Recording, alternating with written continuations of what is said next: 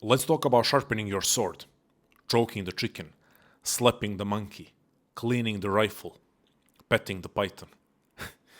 I'm talking about fapping or masturbation.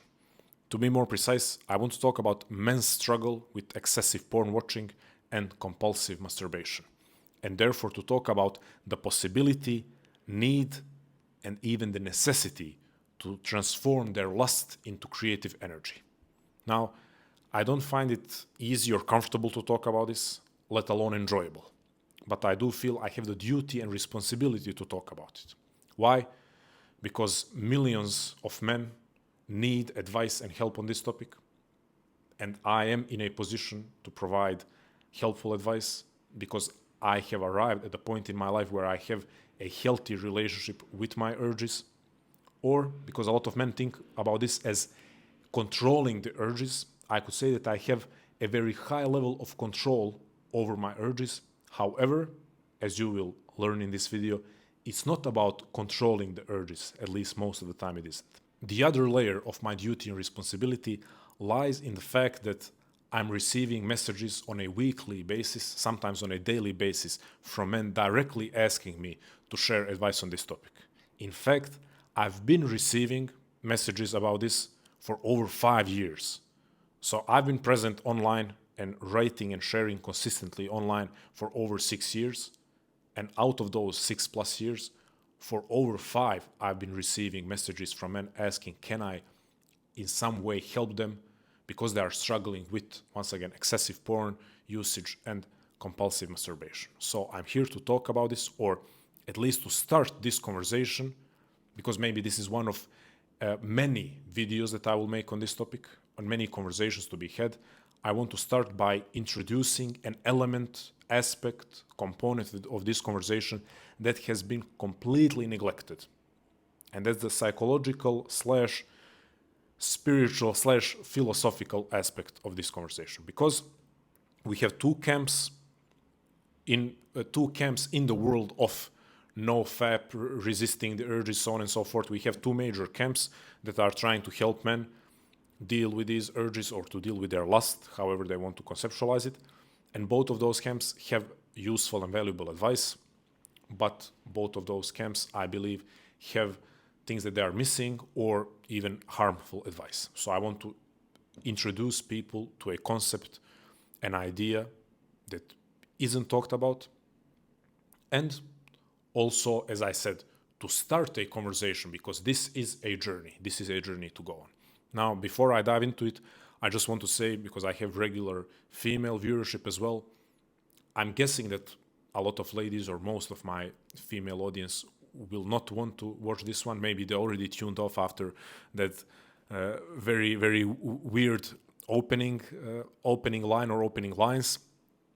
And maybe I would even prefer if no ladies watch this, because as I said, part of me is uncomfortable at speaking about this.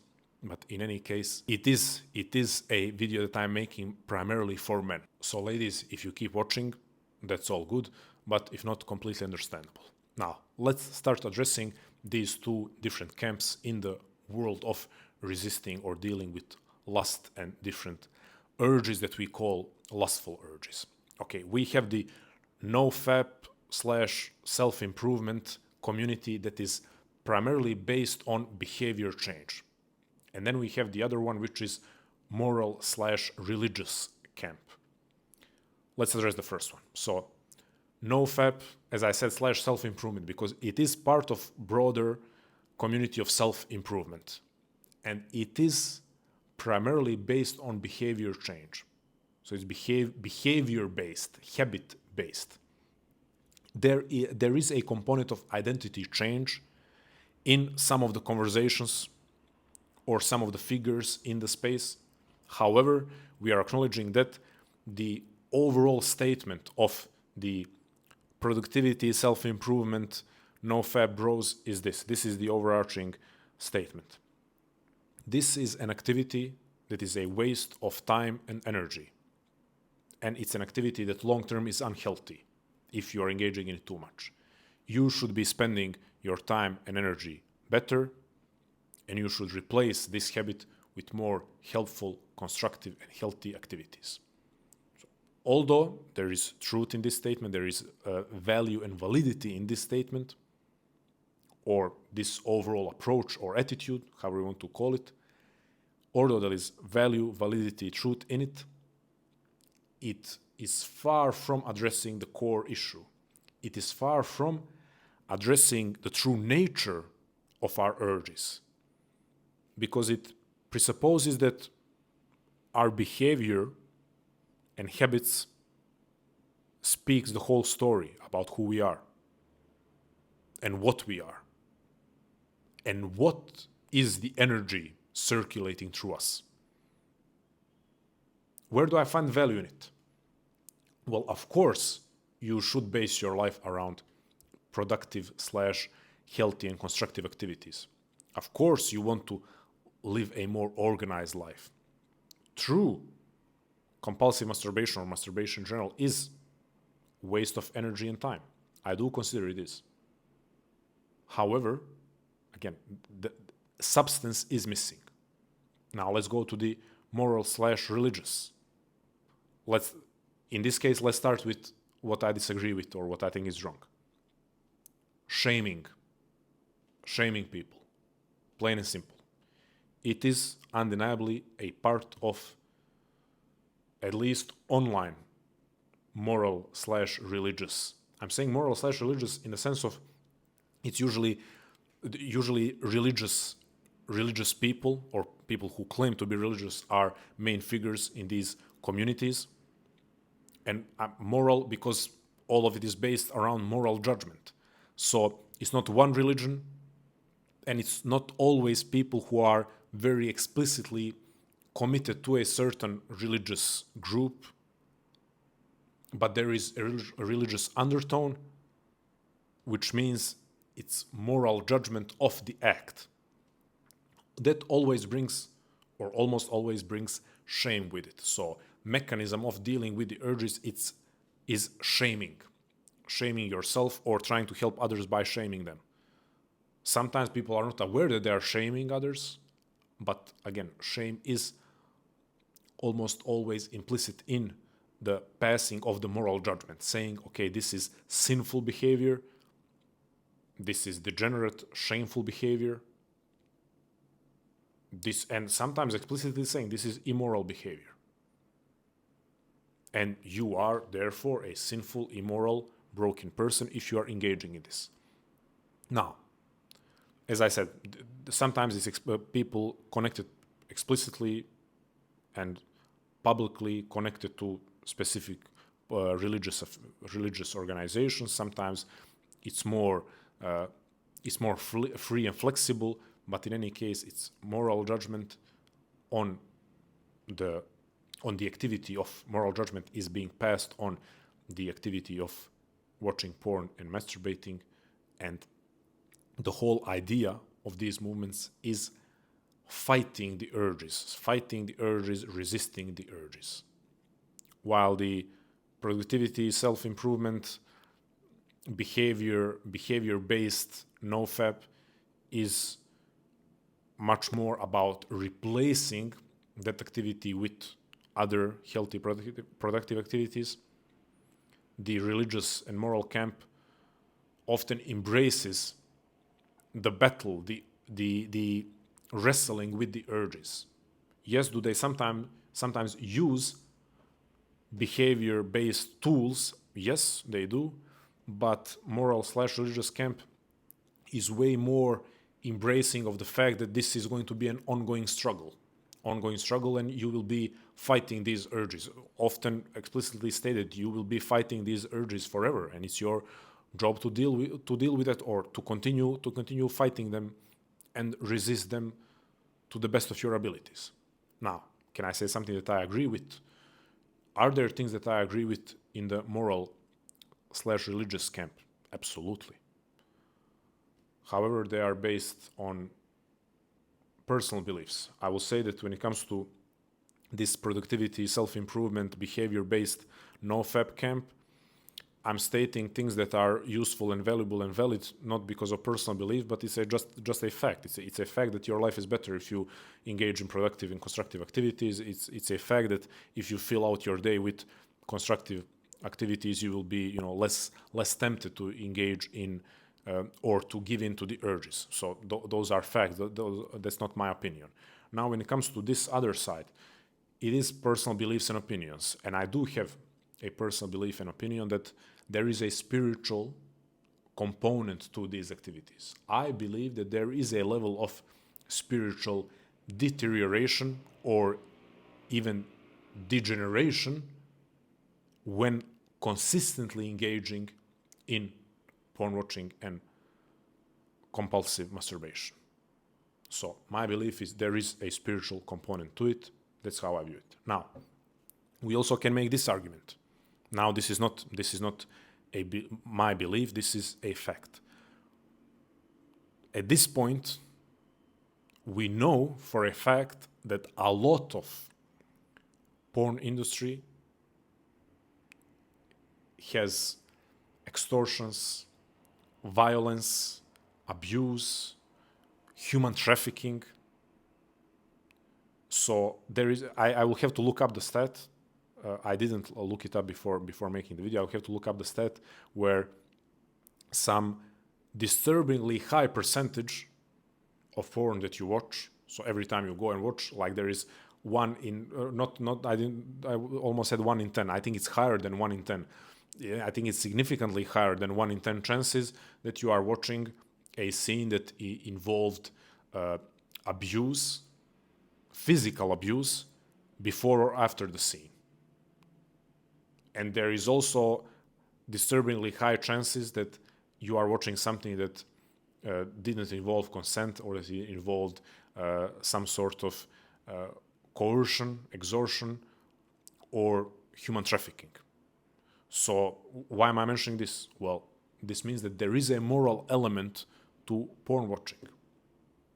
Maybe you're not religious, or maybe you are anti-religious, so you don't care about the moral component or spiritual component of masturbation. But we could say that in porn there is a moral component, because at this point we know that it's an industry that if you are engaging in it and supporting it, well, you are supporting in some way human trafficking and abuse and violence. So just putting it out there. So even though I believe that a lot of these religious people don't think about that part, don't care much about the violence happening. I'm not saying all, I'm saying a lot of these supposedly religious people don't care much about it. Most of them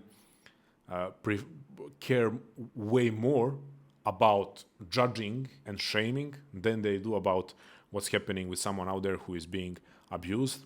But that's another story. In any case, I see value in this camp that is trying to say to people, well, you are spiritually deteriorating if you continue engaging in this behavior, and you're constantly engaging in this behavior.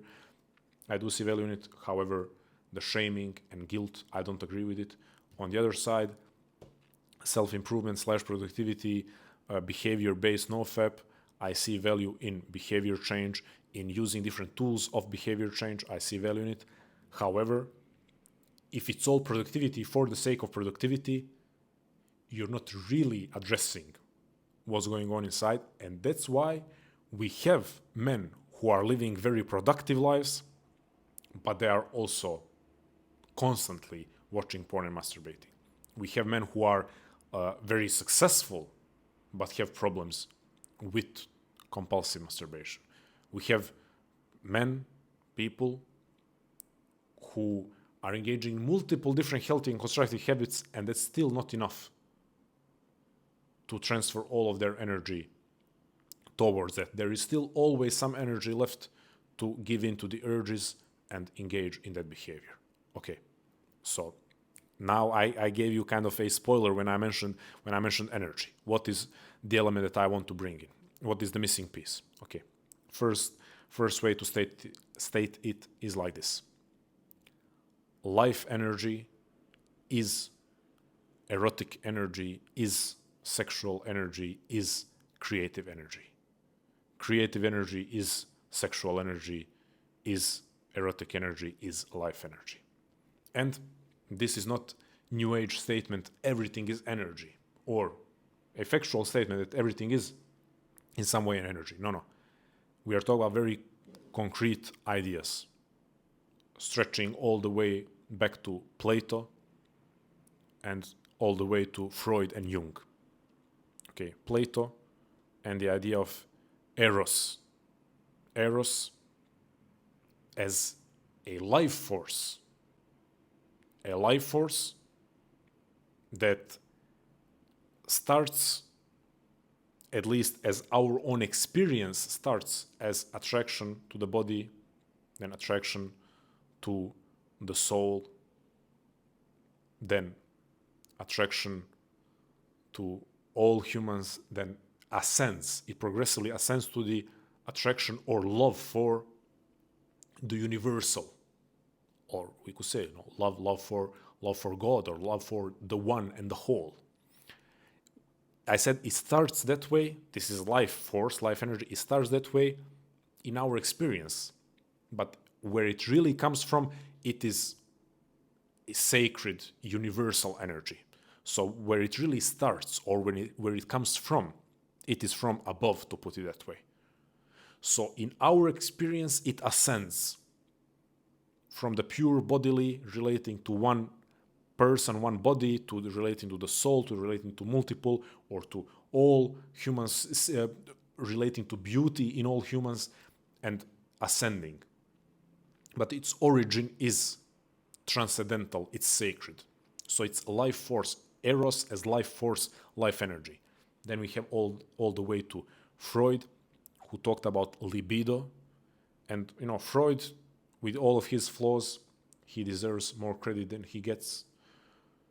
Is a lot of criticism unfair? Absolutely. Is a lot of criticism towards him fair? Yes. However, libido, he considered also sort of a life force. Now, in his earlier texts, it sounds as explicitly sexual force, sexual energy. In his later works, Freud tried to make an adjustment, a correction in his views, in his psychology, and his philosophy, and he even explicitly said, my libido is more akin to Plato's eros. But for Freud, still the origin of the energy, the origin of libido is physical and bodily, but it can be sublimated into art and creativity and culture and civilization. So for Freud, we have civilization and we have civilized society because it is possible to sublimate the libido. So we have something that is kind of opposite in its direction of origin, opposite from Freud. In Freud, something that is opposite from Plato in its origin, in direction of origin. So for Freud, its origin is in the body, in the human being, but it doesn't have to be purely sexual because it can be sublimated. However, it's still a life force. It's not only sexual. It's still a life force. And now we go to Jung. One of the splits between Jung and Freud was about libido, actually. And for Jung, libido is a psychological life force. One of my favorite Jungians, James Hollis, uses the term libido all the time, and it's always describing a life force, a life energy that is, often on this level of psychological energy that is then directed into different ways. Yes, for sure, used as sexual energy, experienced as erotic energy. However, all of this, Plato's eros, Freud's libido, Jung's libido, all of it is creative energy, because all of it is life force, and always that life force can be and often seeks to be expressed as creative force. I'm interchangeably using the terms force and energy because I'm thinking of them as the same, at least in this case. So if we have life force or life energy that is at the same time creative energy, or at least is seeking to be expressed as creative energy, sexual energy or sexual release is just one form of it. It's far from the only form, far from the only way, far from the only way for us to express and release our energy, our force. Why does this matter? Well, it addresses something that the self-improvement NoFap, the behavior-based NoFap, productivity-based NoFap fails to acknowledge. Productivity is not enough. That's why I said you can have your life revolve around productive habits and you could still be struggling with this. It's not enough because it has to be part of you having actual deep involvement in a mode of expression. It cannot be I'm doing my breath work and my cold showers and my training and my reading. I'm the self-improvement bot or machine. I mean, you could think of yourself as a machine. I was that 10 years ago. I was self-improvement machine. I did all of it. I did limiting my screen time and doing the cold showers and doing the breathing and doing the stretching and doing the training and doing the reading and doing the writing. But I was doing all of it for the sake of being, the self-improvement machine. And then you realize you're not a machine, you're a bot. Okay? No offense to anyone here, but that's the state of affairs if we are doing all of those things just for the sake of productivity. Well, that is essentially what is being shared in a lot of online spaces. And although I acknowledge it's a good starting point, we have to move towards more passionate life. We have to move towards realizing that, man, this is not an urge to resist, or this is not a habit to replace with another. This is energy circulating through you that you need to direct somewhere. And for it to be truly released, the involvement in the activity needs to be intense. So ticking off the box is not going to cut it. What are you deeply engaged in, where you can release, where you can sublimate the energy? Okay, now let's turn to the moral/religious camp. They're engaging in shaming and fight the urge, resist the urge. Man, it's experienced as an urge now at this moment. But this is part of the sacred energy. This is part of something that you as a religious person should appreciate. So we cannot have the mentality of fight, resist. We have to acknowledge, wait, this is again part of energy that is circulating through me, that I cannot just keep resisting and fighting. I need to do something with it. And once again, I cannot just do something productive with it. I have to do something passionate with it. I have to involve myself intensely into whatever mode of expression I'm using. Write something, paint something, build something, work on your business, work on your passion project. Sing, learn to dance, play an instrument, start talking to people, record videos, make a short movie. But you need to channel this energy. Because once again, life energy is erotic energy, is sexual energy, is creative energy, and all the way back. It's all one and the same, experienced in different forms. Now we could debate, or what's the origin? Do you prefer Plato's vision, where its origin is of transcendental or sacred nature, but is experienced by a human being initially as relating to another body, and then it ascends back to where it's supposed to be? Or do you prefer Freud's view, where it originates in the human being and the human body, but can be sublimated to something higher. We could debate, and at the end of the day, you are the one who is going to choose which view you prefer. But where these views overlap, and we have Jung, who was very similar to Plato, where these, although Jung didn't talk much about that ascension, he was clear, and then other Jungians, he was clear that it is a psychic energy, it is a life force. Where all of them overlap is the fact that it is never just, let's use modern terms, it's never just a degenerate, lustful urge. That's not its true nature.